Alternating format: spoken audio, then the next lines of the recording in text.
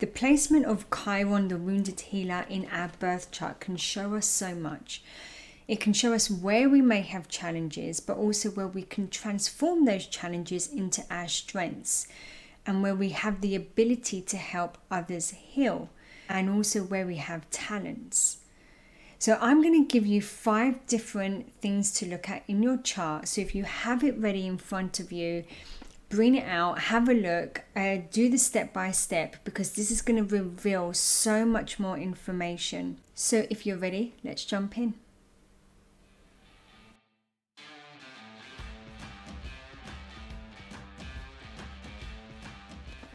Hi everyone, I hope you are all doing well. Welcome back if you're returning, and a warm welcome if you are new here. My name is Lisa. Now I'm just going to jump in to Chiron, the wounded healer. Now Chiron is classified as an asteroid or a minor planet, and it was discovered in 1977. And when it was discovered orbiting between Saturn and Uranus.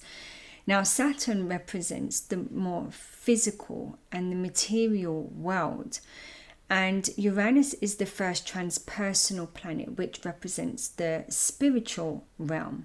So it's known as the rainbow bridge between the spiritual and the material, or the heavens and the earth, or human and the divine, because Chiron also being half horse, half human, the human representing the higher consciousness and the horse representing the lower consciousness. So it represents a duality. When Chiron was discovered, it was at 3 degrees of Taurus. And this is interesting as well, because Taurus is about the physical realm and grounding things into the physical. And Scorpio, being the opposite sign, is about death and rebirth. Now, what I'm going to do is quickly jump into the 5 things that you can look at. And then once I've been through the 5 things, I'm going to give you an example. So I'm going to use my own chart just so that you can see how it plays out, right? Now, the very first one, is the obvious one, is what sign is it in? So depending on what sign it is, that's how it expresses itself. So if it's in Aries, then this is going to be about self-expression and self-identity. So that could be a big theme of the wound and the way it expresses outwardly. Or if it's Taurus, this can be about our stability and a security. This could be linked to money wounds, self-value, self-worth. If this is Gemini, this can be about education, not feeling good enough, smart enough, not fitting in. This can lead to problems of education. I've seen a lot of people with Gemini Chirons that tend to go into education a lot later on in life because their experience when they're younger wasn't very good, and so forth. Now, the second one is the house. So what house is it in? And this is going to be where you tend to show up differently. So this particular area of your chart is where you tend to show up differently. And it's also giving you an idea of the themes as well. Now, the third one is the decan of the sign.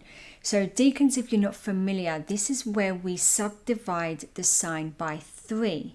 So it's got 3 segments. Now, the segments are broken down by the element. So let's say your Chiron is in Cancer, which is a water sign. It's in the water element. Now, if it's in the first 10 degrees, that means that the first segment would represent Cancer. If it's in the second segment between 10 and 20, it's now in what would be the next water element, which is Scorpio.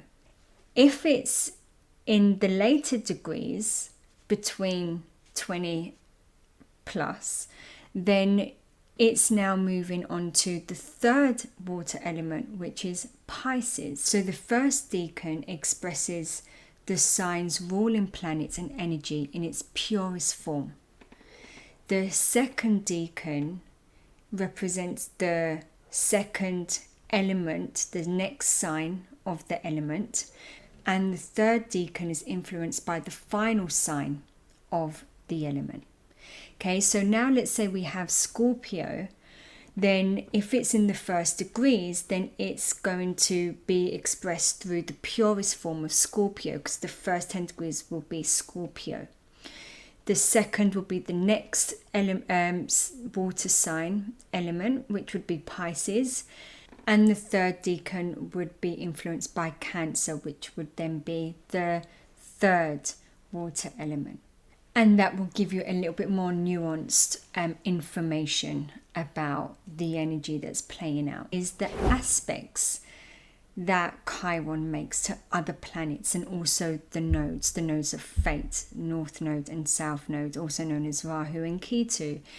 So this is really important, because Rahu and Ketu is like the very base of our chart, because this is what we've come here for, to embody, to learn, to grow, to evolve.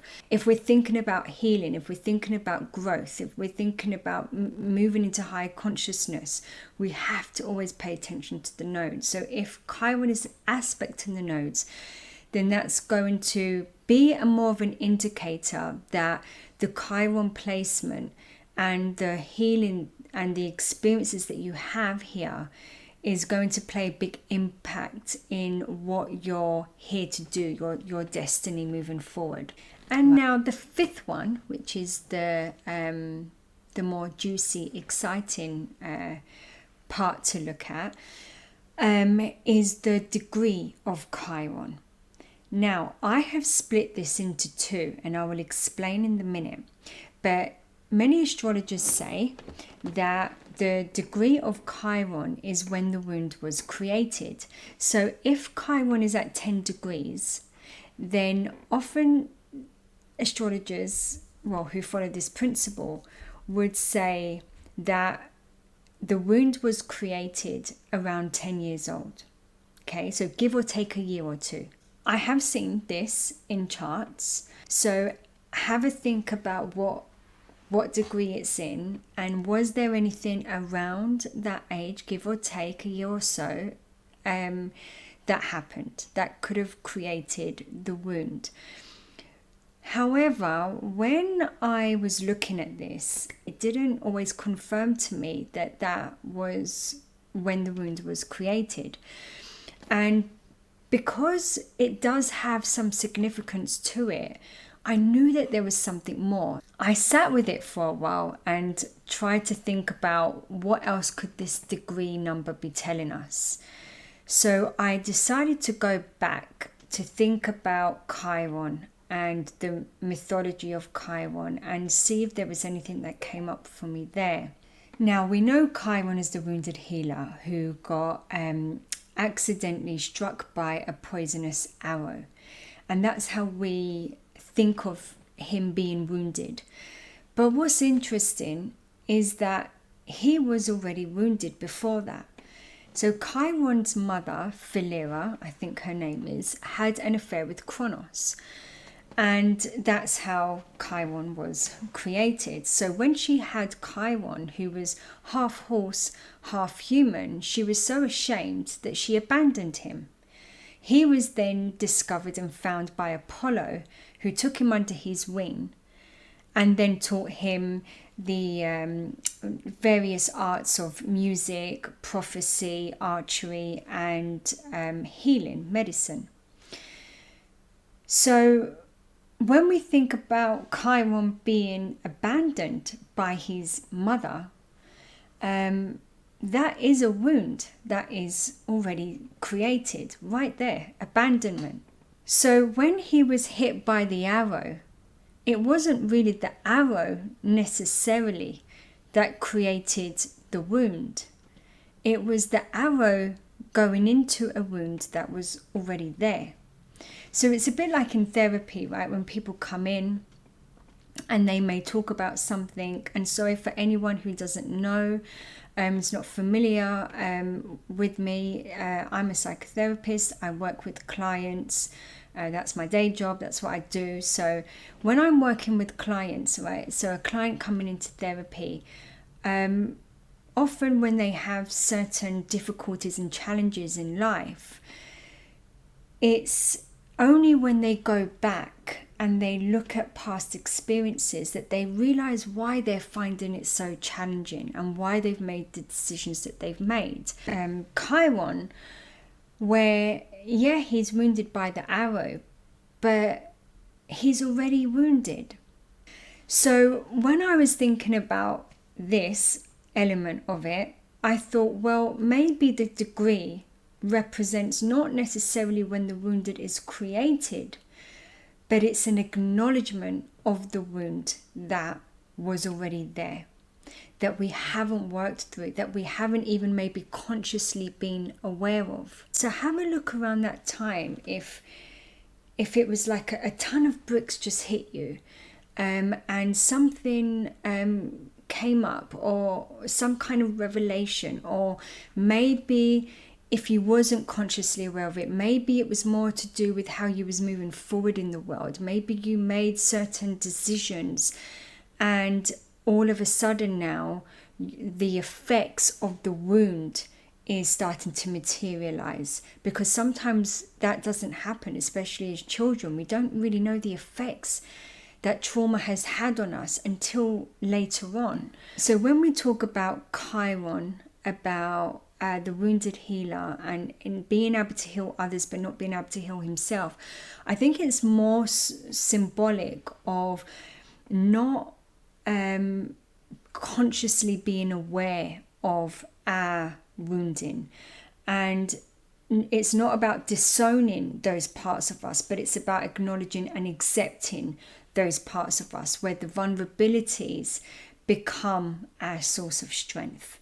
It's like with Ophiuchus, right, that 13th zodiac sign, and Asclepius, which was a student of Chiron. Now, Asclepius, is known as the god of medicine. And Asclepius carries a rod, a staff of one snake entwined around it. And snakes have a dual symbolism of being dangerous, but also being medicine. It's the antidote. Okay, so it represents power of poison and the antidote. And the snake represents shedding and rebirth, which is why wherever you are wounded is where you will find healing. It's the antidote to it. Okay, so this is where I've brought in Ophiuchus, right, with the rod. Now, Sigmund Freud, he theorized that people consciously are driven to repeat traumatic experiences. And this is to gain mastery over their trauma.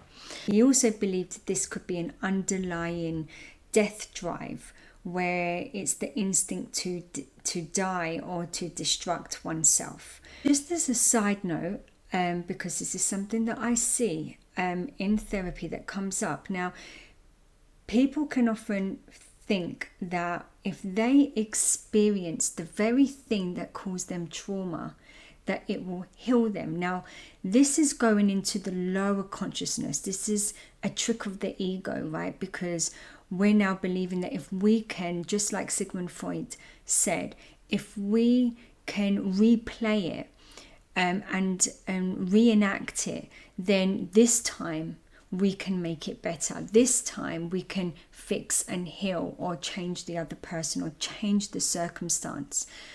But it's not the case, right? Because we would never want to do anything or put ourselves in a situation that should never have happened in the first place.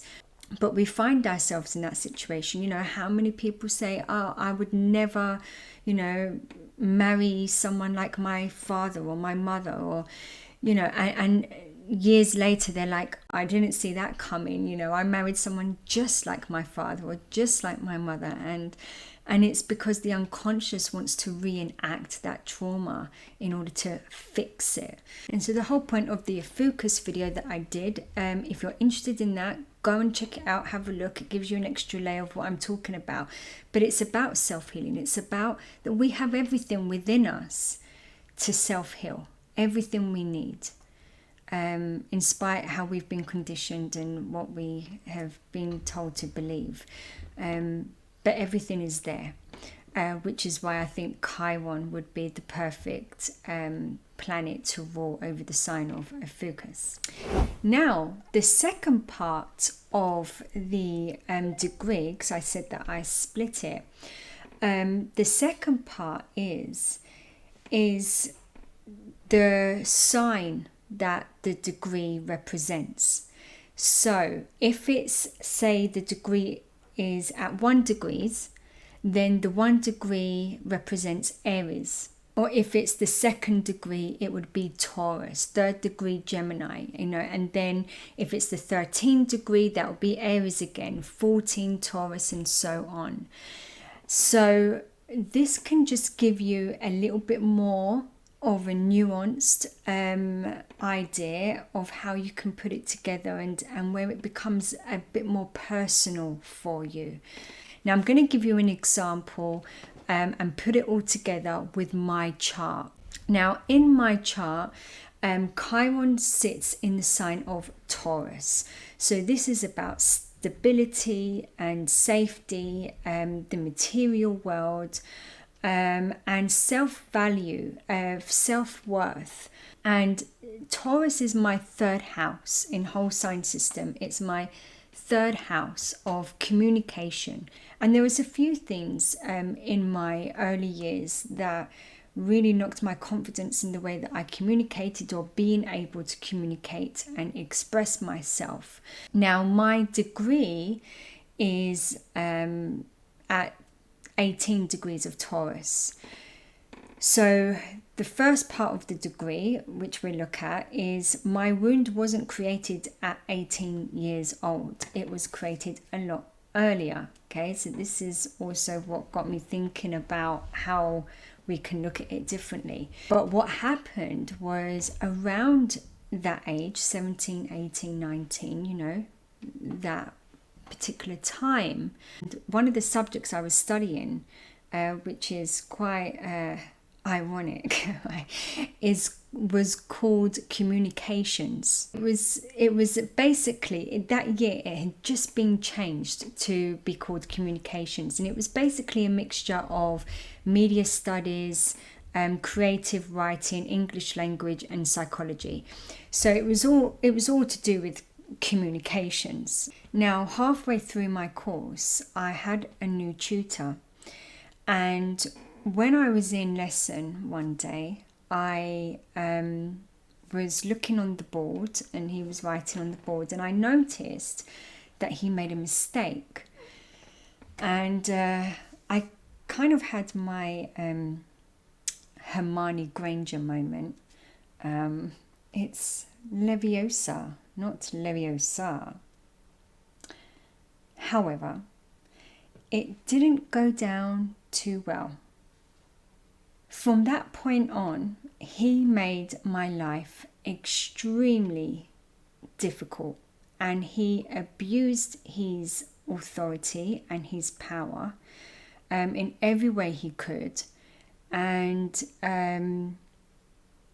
it was, pretty pretty bad, and looking back as well, it was awful behavior, just terrible. But in his position to do the things that he done. But what happened is I had to, part of my exam, which made up a big mark of my final exam, I had to do a presentation on a project that I had designed.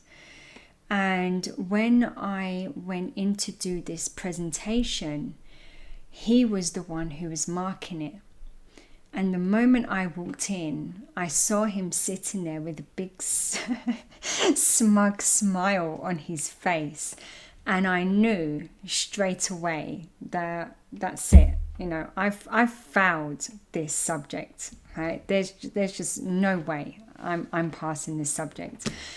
And when I walked in, I just lost all my confidence at that point, because I wasn't in a very great place myself at that time anyway. So this was kind of like a wound in the wound of a wound. Right? So I'm there walking in, having to do this presentation in front of him, and a group of like all these other students, but in front of just him examining me, which again I think was totally wrong, that it was my tutor doing it.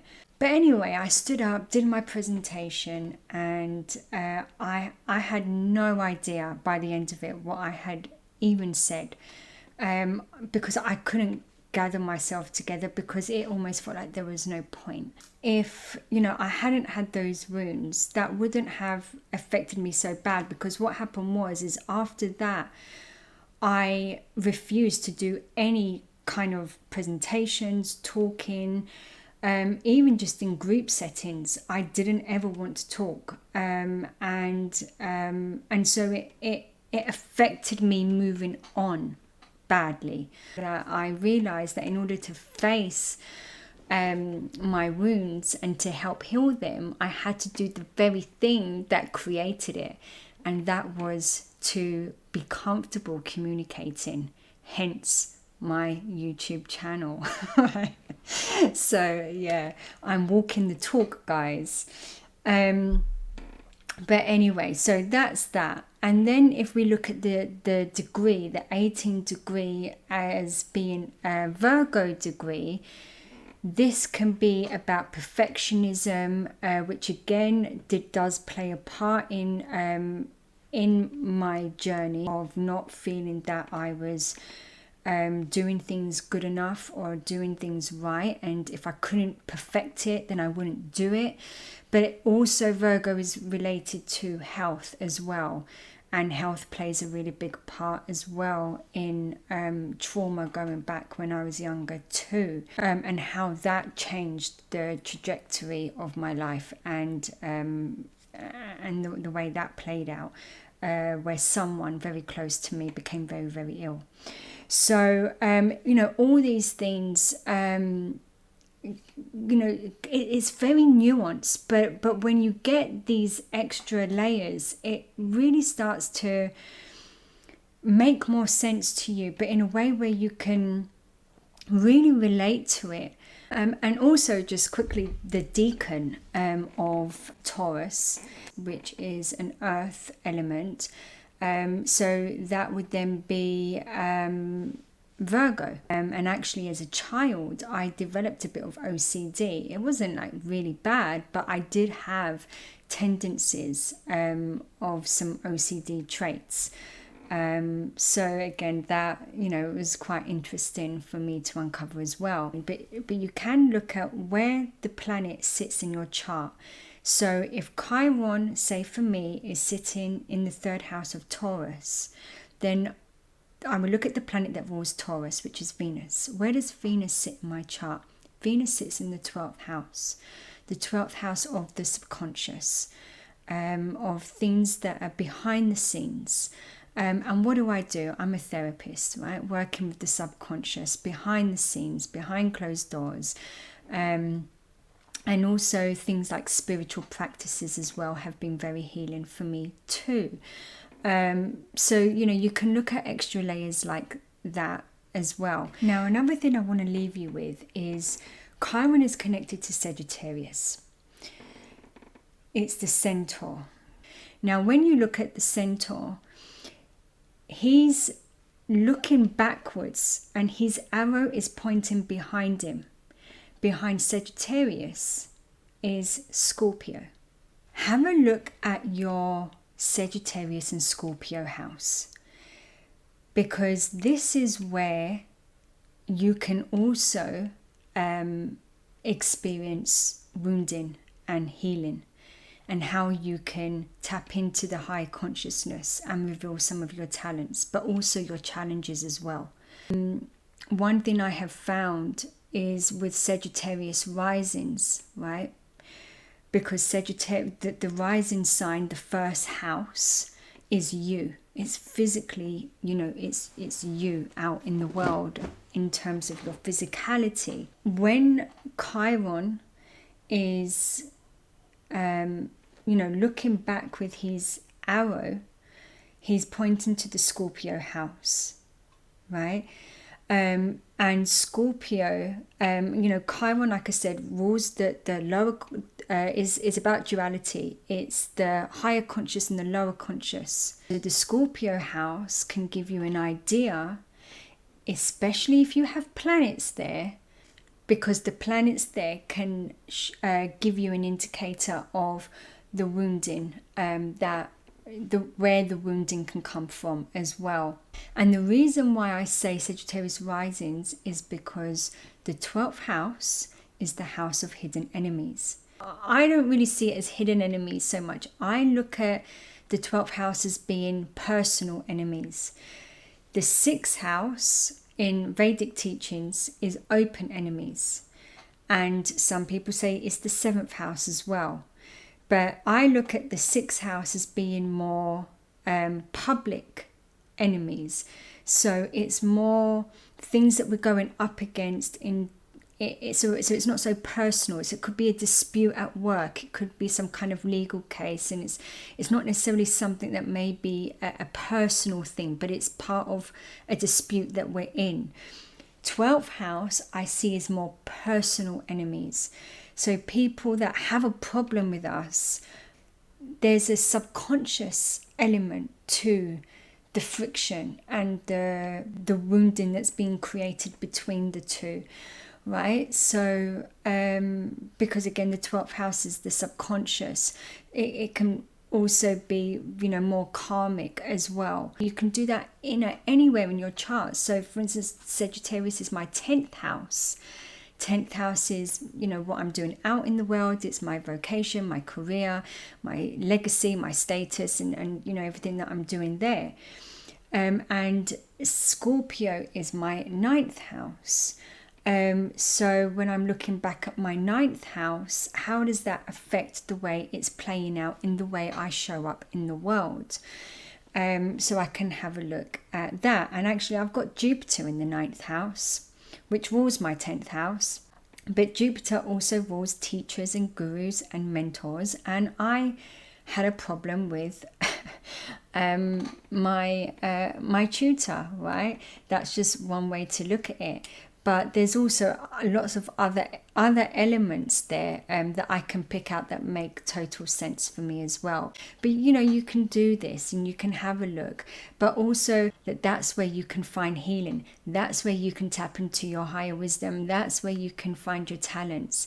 And so when I'm looking at my 9th house and bringing that into my 10th house, this is again about mentoring. And 9th house is your philosophies and teaching and foreign lands, and how I'm connecting with foreign lands, people around the world on YouTube, right?